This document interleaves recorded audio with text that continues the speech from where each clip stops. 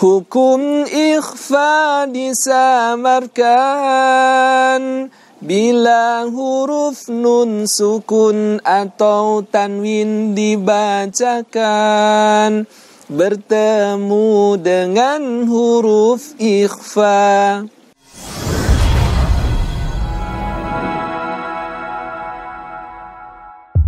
Bismillahirrahmanirrahim. Alhamdulillahirabbil alamin. Assalamualaikum warahmatullahi wabarakatuh. Alhamdulillah, sahabat belajar Quranku yang dirahmati Allah Subhanahu wa taala. Kembali kita akan melanjutkan bagaimana kaidah the simple yang berikutnya setelah kita pertama memahami kaidah D, yaitu dengung untuk hukum gunnah. Hukum gunnah didengungkan bila huruf nun mim ditasydidkan.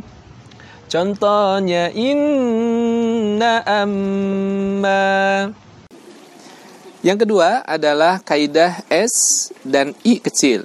Sekali lagi, S dan I kecil atau yang biasa dikenal dengan singkatan samar untuk kaidah ikhfa. Ada ikhfa hakiki, ada ikhfa syafawi, ada juga iklab.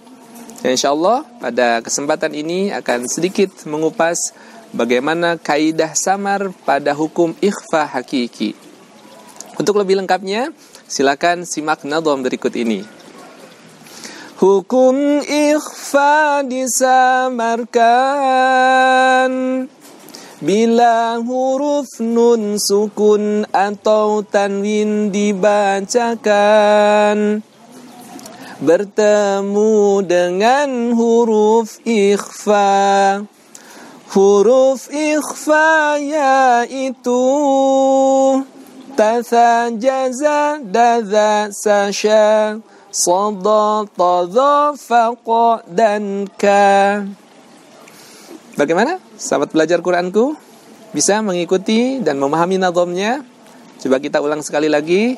Teks nadham tersebut adalah salah satunya berikhtiar untuk memudahkan, membantu kita di dalam memahami kaidah ikhfa serta mengenal huruf-huruf ikhfa, terutama adalah ikhfa hakiki.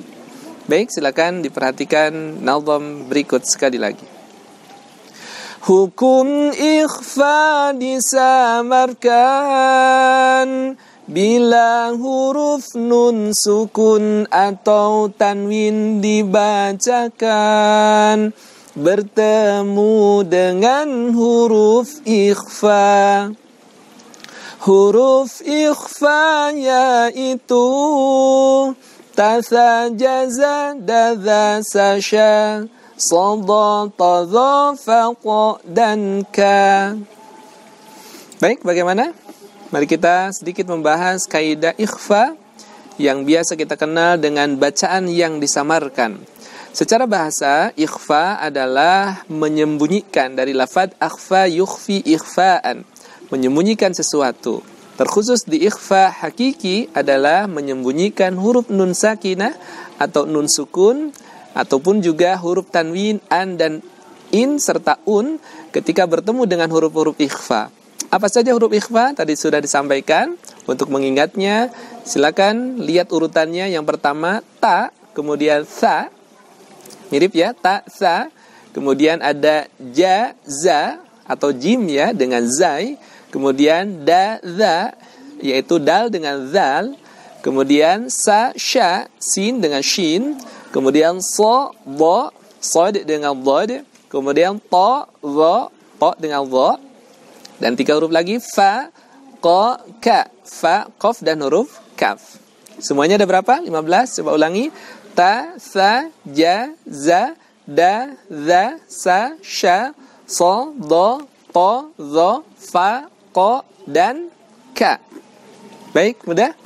Bagaimana cara mempraktikkan hukum ikhfa ini? Tadi secara bahasa menyembunyikan, namun menyamarkan bacaan nun sukun atau tanwin ketika bertemu dengan huruf ikhfa. Silakan simak nadham berikut ini. An bertemu tak dibaca anta.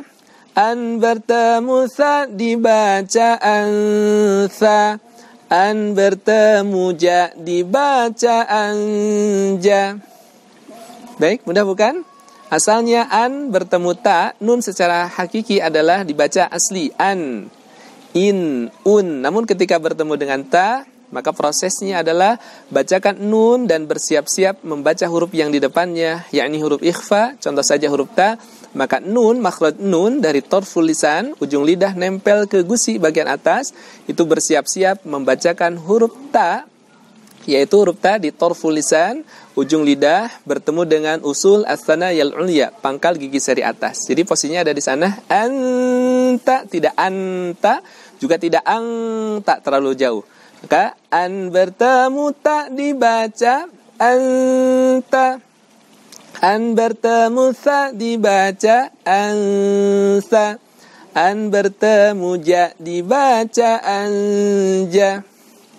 Baik, untuk huruf-huruf yang lainnya 12 huruf lagi, dipersilakan sahabat belajar Quranku untuk melatihnya, melafadzkan setiap huruf dan perubahan-perubahannya seperti apa.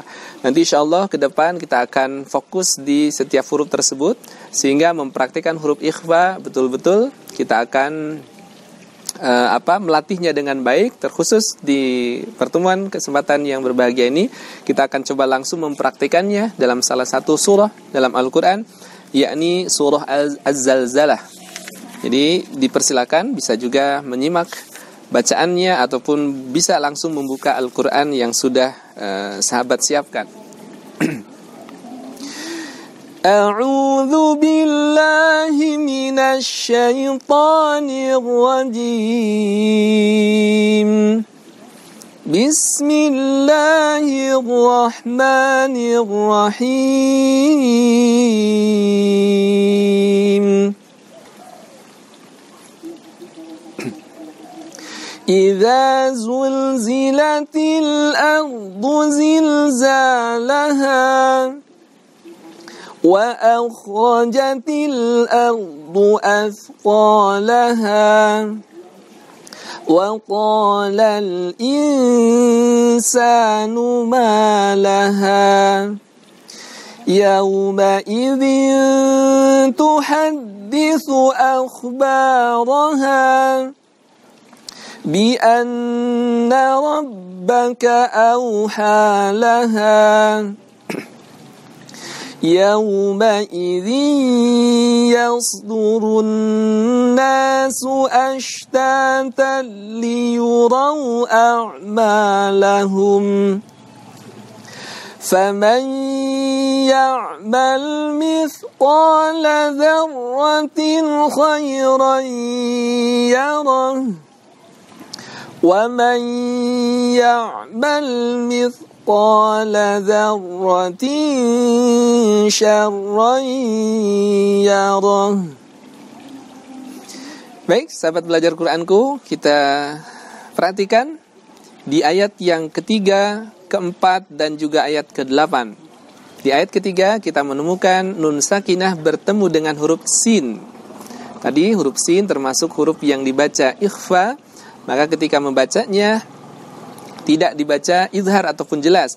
Wa qalal insan, wa qalal insan, tidak begitu, tetapi harus samarkan. Dan jangan lupa tahan dulu 2 harokat, jangan tergesa-gesa. Karena membacakan ikhfa termasuk dalam kelompok gunnah, yakni mengalirkan suara melalui rongga hidung, walaupun tidak gunnah asli seperti nun dan mim bertasydid pada hukum gunnah sebelumnya. Tapi di sini pun harus ditahan dulu 2 harokat supaya bisa menyempurnakan teralirnya suara melalui rongga hidung dengan baik dan sempurna. Coba perhatikan ayat ketiga.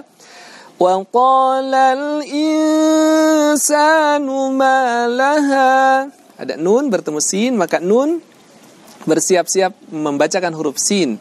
Di mana huruf sin? Huruf sin adalah torful lisan ma'a atrafis tsanaya sufla. Ujung lidah bertemu dengan ujung gigi seri bawah. Asa, as. Nah, maka huruf nun bersiap-siap membacakan huruf sin. Wa qalal insanu ma laha. Kemudian ayat keempat ada huruf tanwin bertemu dengan huruf ta. Yawma idzin tuhadditsu akhbaraha. Tidak yawma idzin tuha. Nah, tidak dibaca jelas tapi samarkan dan jangan lupa tahan 2 harokat. Dan yang terakhir ada huruf shin. Huruf shin posisinya di tengah lidah, maka nun bersiap-siap membacakan huruf shin. Wa man ya'mal mithqala dzarratin syarran yarah. Ada dzarratin sya. Nah, itu nun atau tanwin bertemu dengan huruf shin, dibacakan samar dan jangan lupa tahan 2 harokat, jangan tergesa-gesa. Itu barangkali untuk mengenal kaidah S yang pertama, yakni samar untuk kaidah ikhfa hakiki. Kuncinya nun sukun atau tanwin bertemu dengan huruf ikhfa yang 15, ta, tha, ja, za, da, za, sa, sya, so, do, to, dho, fa, ko, dan ka. Mudah-mudahan dengan adanya pembelajaran ini bisa membantu sahabat untuk bisa meraih kesempurnaan ketika membacakan huruf ikhfa hakiki. Mudah-mudahan Allah pun memberikan terus keistiqomahan kepada kita untuk bisa mempelajari Al-Quran, terutama adalah dari segi bacaannya. Demikian yang bisa disampaikan. Mohon maaf apabila ada kekurangan. Billahi fi sabilil haqq. Assalamualaikum warahmatullahi wabarakatuh.